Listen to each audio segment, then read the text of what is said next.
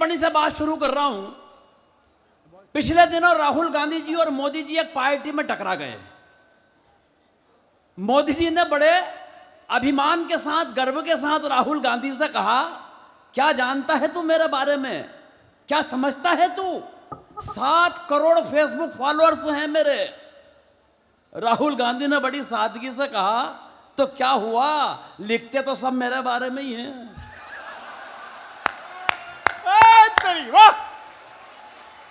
तालियां कम है, थोड़ी मिलके बजे यार, तो लगेगा कवि सम्मेलन हो रहा है। सही बता रहा हूं। 4 पंक्तियों से शुरू करता हूं। कुछ टूटे फूटे शब्दों से पहचान उगाने निकले हैं। क्या बात है गोविंद। कुछ टूटे फूटे शब्दों से पहचान उगाने निकले हैं। बंजर से बंजर धरती में भी धान उगाने निकले हैं। हाँ। और इसी बात पर दे दो ताली, इस बेरंगी दुनिया में हम आंसू की फसलें बोकर मुस्कान उगाने निकले हैं। क्या बात है, हम आंसू की फसलें बोकर मुस्कान उगाने निकले हैं। बहुत अच्छे। पत्नियों की बात कर रहा था मेरा भाई, पाकिस्तान की बात कर रहा है। पाकिस्तान पे इतना टेंशन, इतना लोड क्यों लेता है कोई आदमी। पाकिस्तान को खाली एक बात समझ लेना चाहिए सर, कि जितने बजट में तेरे देश की जनसंख्या पल रही है ना, उतना बजट हिंदुस्तान में हम जनसंख्या को रोकने में खर्च कर रहे हैं। अच्छा। और पाकिस्तान के फाइल हम मरने के बाद निपटा दें। हम तो वो लोग हैं, वो 3 इंजीनियर मर के ऊपर पहुंचे। हाँ। एक पाकिस्तान का, दूसरा चीन का और तीसरा हिंदुस्तान का। हाँ। दूत ने कहा अंदर तो ले लूंगा, मगर एक बात बताओ, ये दरवाजा जो है इसकी हालत बहुत खराब है, अगर इसकी मरम्मत करवाना हो तो खर्च कितना आएगा। पाकिस्तान वाला बोला कोई खास खर्च नहीं आएगा, खर्च आएगा कुल 9,000 रुपए। दूत ने कहा कैसे, बोले 3,000 की लेबर, 3,000 का मटेरियल, 3,000 मेरे। इंजीनियर से पूछा तू बता, चीन वाले से। चीन वाले ने कहा खर्च आएगा 12,000। बोले कैसे, बोले 4,000 की लेबर, 4,000 का मटेरियल, 4,000 मेरे। अब आया हिंदुस्तान वाले का नंबर, बोले खर्च आएगा 29,000 रुपए। 29। दूत ने पूछा कैसे, बोले देख 10,000 तो तेरे। बहुत अच्छे। सब ज्यादा तालियां अधिकारियों ने बजाई है इस बात पे। ताली गलत जगह बजा रहा हो, रुको। लेकिन मैं जानता हूं जब बात पहुंच जाएगी तो आखिरी तक बजेगी। बोले 10,000 तो तेरे, 10,000 मेरे, बचे कितने, बोले 9। बोले इस पाकिस्तानी को ठेका दे देंगे, बनाता रहेगा।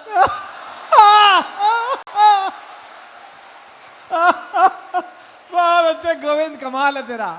यहां टाइम लगता कितना है निपटाने में। और पाकिस्तान की बात तो हम तब करें जब अपने देश से निपट लें। हमें तो यहीं आवाज हो जाती है। एक पिछले दिनों आवाज सुनी होगी आपने, भारत तेरे टुकड़े होंगे इंशाअल्लाह। भाई साहब, कवि सम्मेलनों के हिंदी के बड़े कवि यहां बैठे हुए हैं, गीत ऋषि हमारे डॉक्टर कुमार विश्वास जी, और बगल में नवाज देवबंदी साहब बैठे हुए हैं। देखें इस दृश्य को यार। मैं तो धर्म के धिक्कारियों और मजहब के मक्कारियों से कहना चाहता हूं कि इधर थाल उठा पूजा का, इधर अजान हुई। इधर थाल उठा पूजा का, इधर अजान हुई। फिर भी जाने क्यों हमारी आदतें बेईमान हुई। फर्क जो भी किया तुमने हमने किया, वरना गीत कब हिंदू हुए, गजल कब मुसलमान हुए। क्या बात है। वाह वाह वाह। गीत कब हिंदू हुए, गीत कब हिंदू हुए, गजल कब मुसलमान हुई। उस दौर में जब आवाज आती है कि भारत तेरे टुकड़े होंगे, तो भाई साहब वीर रस की बड़ी कवित्रियां बैठी हुई हैं, कविता तिवारी जी, ये इनके हिसाब से निपटाते हैं। मैं हास्य व्यंग का कवि, मुझे मिल गया तलवार घुमाता हुआ, भारत तेरे टुकड़े होंगे। मैंने आवाज लगाई, मैंने कहा यहाँ। बोले क्या भाई साहब, मैंने कहा क्या करेगा, बोले भारत के टुकड़े। मैंने कहा मूर्ख, वो काम करना चाहता है जो हम 75 बरस पहले कर चुके हैं। आए हाय हाय हाय, वाह वाह वाह वाह वाह वाह। मैंने कहा अभी एक बात बता, 500 रुपए कमाना चाहता है, तो उसने तलवार मेरे पांव पर रख दी। बोले हाँ भाई साहब, मैंने निकाला जेब से एक 2000 का नोट। मैंने कहा ये ले। बोले भाई साहब ये तो 2000 हैं। मैंने कहा 500 तू रख, 1500 मुझे वापस दे। बोले भाई साहब क्या बात कर रहे हो, 1500 रुपए मेरी जेब में होते तो क्या मैं भारत के टुकड़े करता? हाय हाय आहा, क्या बढ़िया व्यंग है। अरे मैंने कहा बाजार जा, क्या बढ़िया छुट्टे करा के ला। 1 घंटे बाद पसीने में लथपथ होके वापस आया। बोले भाई साहब कोई नहीं तोड़ रहा। मैंने कहा मूर्ख, अब एक बात समझ ले, जिस नरेंद्र मोदी के बनाए हुए एक कागज के टुकड़े के तो टुकड़े नहीं करा पाया, उसके हिंदुस्तान के टुकड़े तो कहां से करा देगा?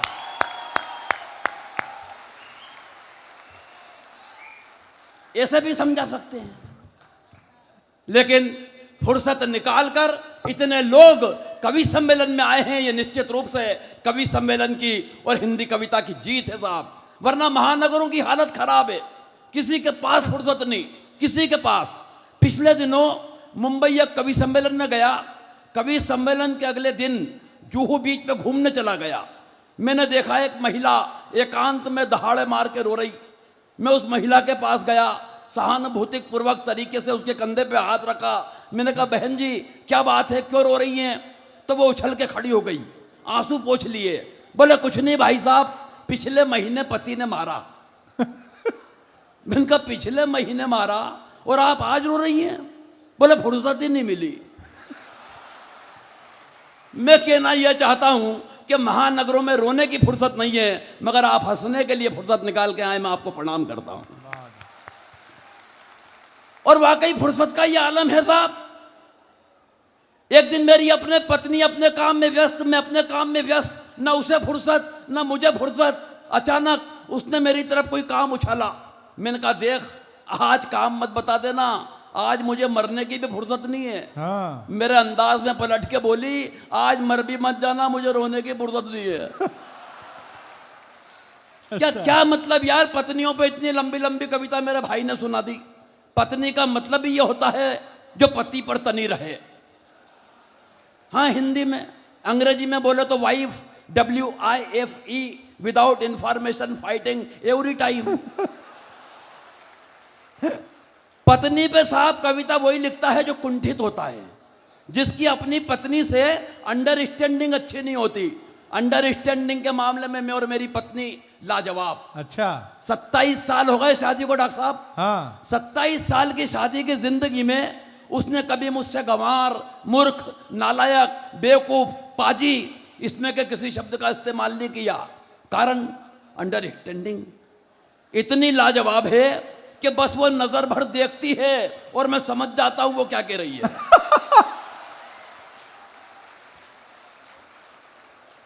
अच्छा है। सच बता रहा हूं। एक दिन मेरे सर आ गई, बोले देखो अमिताभ बच्चन क्या गजब का एक्टर है, क्या कलाकार है, क्या आर्टिस्ट है। मैंने कहा क्या कर दिया? बोले शराबी पिक्चर आ रही है टीवी पे, पूरी फिल्म में एक बूंद शराब की पट्टे ने नहीं पी, लेकिन जो एक्टिंग की है वो कितनी कमाल की है। मैंने कहा मूर्ख औरत, उससे बड़ा एक्टर मैं। बोली कैसे? मैंने कहा 27 बरस से रोजाना पीने के बाद जो नहीं पीने की एक्टिंग मैं करता हूं। यार ताली कमजोर हो रही है आपकी थोड़ी।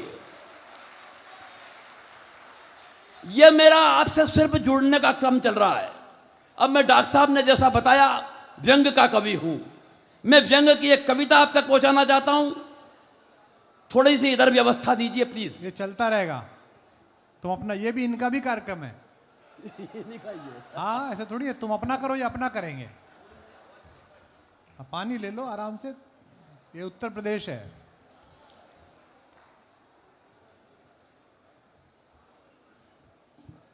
उत्तर प्रदेश है और बता रहे हैं कि बड़े ज्ञानी लोग यहां बैठे हुए हैं, मैं तो जानता हूं। ये तो वो लोग हैं जो विज्ञान को फेल कर दें, वैज्ञानिक को फेल कर दें। हाँ। पिछले दिनों न्यूटन ने एक नियम बताया, इंग्लैंड के वैज्ञानिक ने, कि अगर कागज पे वजन रख दो तो कागज हिलता नहीं है। एक कानपुरिया बोला कि भाई यहां कानपुर आके देख, यहां कागज पे वजन रखने के बाद कागज हिलता है। अच्छा है। ये हैं हम। कितना बारीक। कोरोना की बात कर रहा था मेरा भाई, हमारे कोरोना में वार्तालाप बदल गए। सही बता रहा हूं। हम ये भी भूल गए कि हमारे बच्चे भी मौजूद हैं। वो एक भाई साहब ने 2 मास्क पड़े हुए थे टेबल पे, तो अपनी पत्नी को आवाज लगा के पूछा, क्यों जी, इनमें मेरा मास्क कौन सा है? पत्नी बोली, वो जिसके अंदर अंदर लिपस्टिक के निशान नजर आ रहे हैं वो तो मेरा है। बहुत बारीक था। यार थोड़ा बारीकी भी समझोगे तो मैं व्यंग लायक कर रहा हूं आपको। सही बता रहा हूं। भी मुझसे विकास भाई पूछ रहा था कि भाई साहब पत्नी इज्जत नहीं करती, क्या कारण है?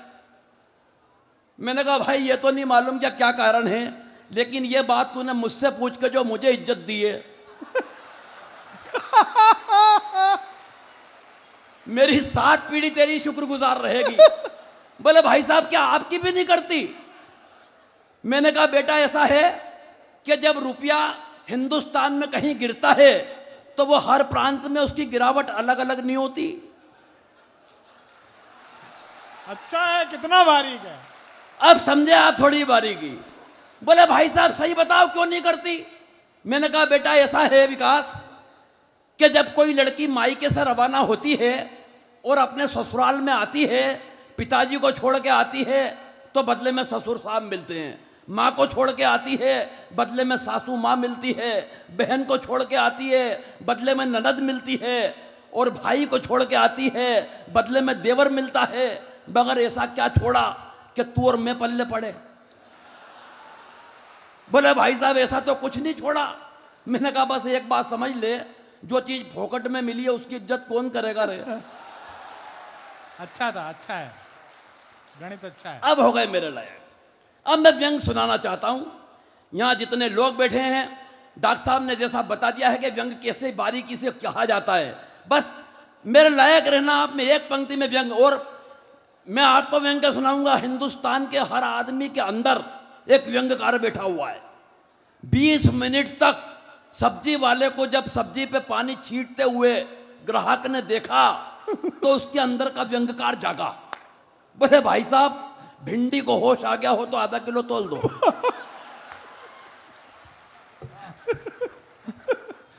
आपकी तालियां बता रही कि आप व्यंग समझ रहे हैं। अब सुनिए आप, आ गया भिंडी को होश। कि एक दिन खुल गए शहर के भाग हमारे। एक मंत्री जी शमशान घाट के उद्घाटन के लिए पधारे। बहुत अच्छे, बहुत अच्छे, बढ़िया कविता है। दूसरी पंक्ति व्यंग की पकड़ लेना, मुझे बता देना लोगों के व्यंग पहुंच रहा है। हाँ। एक मंत्री जी शमशान घाट के उद्घाटन के लिए पधारे। उद्घाटन की पहली रस्म पूरी कराई गई।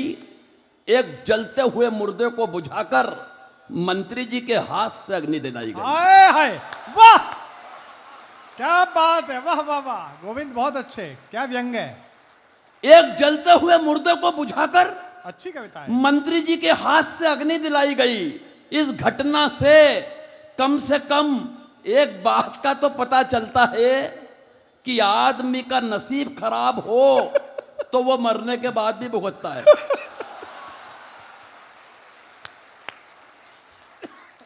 आदमी का नसीब खराब हो तो वो मरने के बाद भी भुगतता है। पंडित जी ने कहा श्रीमान कृपया क्या इस दिशा में आके अग्नि दिखाएंगे? ये अद्भुत है। और व्यंग की अगली पंक्ति पे नहीं कहूंगा साहब के ताली बजाना। अद्भुत है, अद्भुत है। एक पूरे सदन से दावा करता हूं कि रोक के बताना। हाँ। लेकिन अगर मन करे तो फिर जितनी तालियां मिल सके मुझे आखिरी तक मैं जीवन की सर्वश्रेष्ठ पंक्ति व्यंग की आपके हवाले करता हूं। हाँ गोविंद। पंडित जी ने कहा श्रीमान कृपया क्या इस दिशा में अभी आकर अग्नि दिखाएंगे? मंत्री जी भन्ना कर बोले आग कहां और कैसे लगानी है मुझे क्या आप समझाएंगे? हाय हाय, जिंदाबाद। आहा, तालियां थोड़ी कम थी, क्या लाइन है, वाह। आग कहां और कैसे लगानी है हमें अब आप बताएंगे। आग कहां और कैसे लगानी है मुझे क्या आप समझाएंगे? अरे हम इस हिंदुस्तान की राजनीति को बरसों से झेल रहे हैं। रोजाना विरोधियों के साथ तरह तरह की आग से खेल रहे हैं। और पंडित जी आप तो बुजुर्ग हैं, आपको तो कम से कम ये बात समझ में आनी चाहिए कि आग दिशा देख के नहीं, आग तो हवा का रुख देख के लगानी चाहिए। हाय हाय,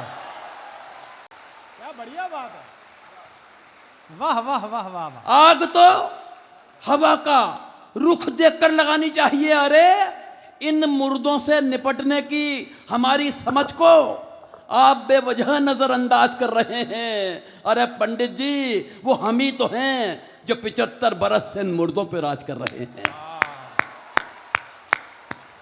बहुत सुंदर, बहुत सुंदर। 75 बरस से इन मुर्दों पर राज कर रहे हैं। काश मंत्री जी को पेट की आग और चूल्हे की आग के बारे में भी कुछ पता होता तो दोस्तों इस हिंदुस्तान का नक्शा कोई दूसरा हुआ होता, दूसरा हुआ होता। बहुत अच्छे गोविंद, कमाल की कविता है। एक कविता और पढ़िए। जिस तरीके से आपने व्यंग समझाया साहब, मैं आपको प्रणाम करता हूं। पहली बार आया लेकिन आपने मुझे अभिभूत कर दिया है।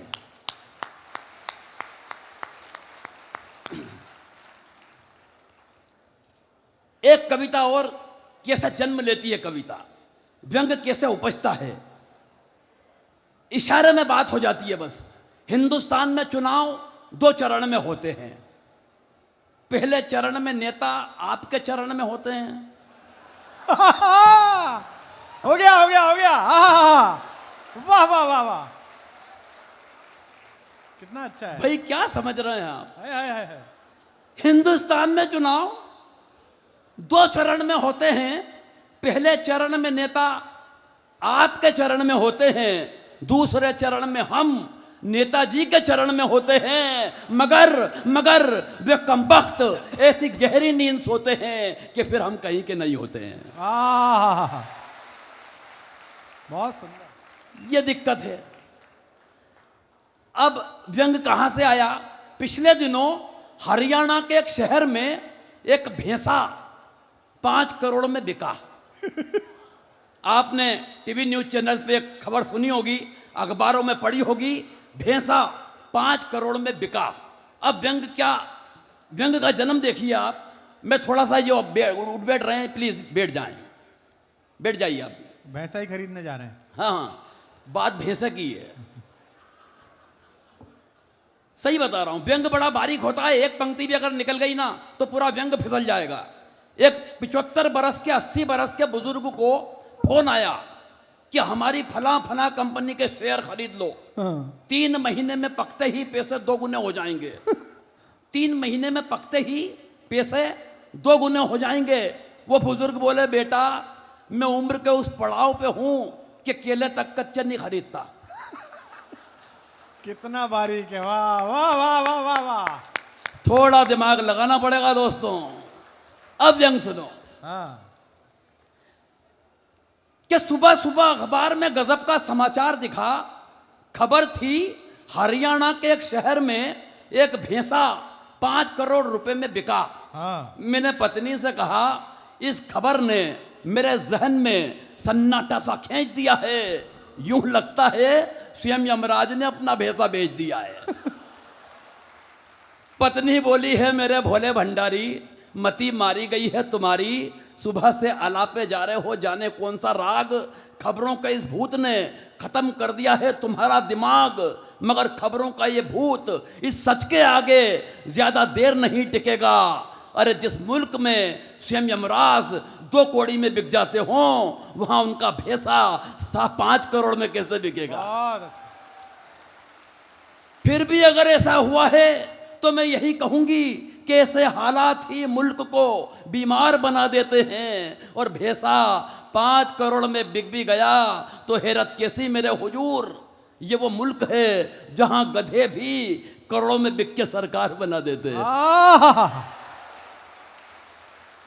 तो सुबह सुबह इन्हें कोसने की न भूल कीजिए। पहली बार कोई गधों से ऊपर उठा है, बधाई कबूल कीजिए।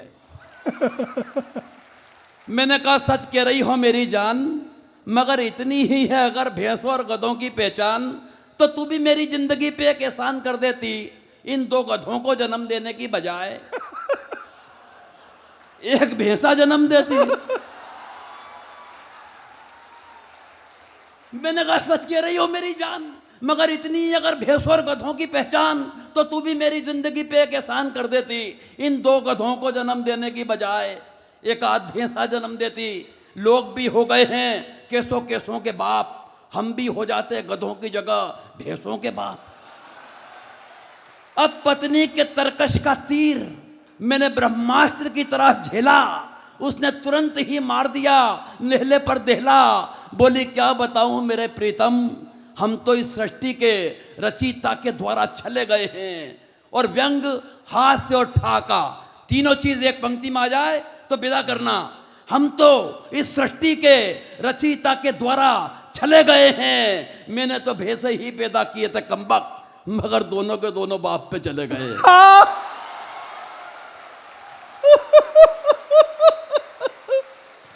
वाह गोविंद वाह।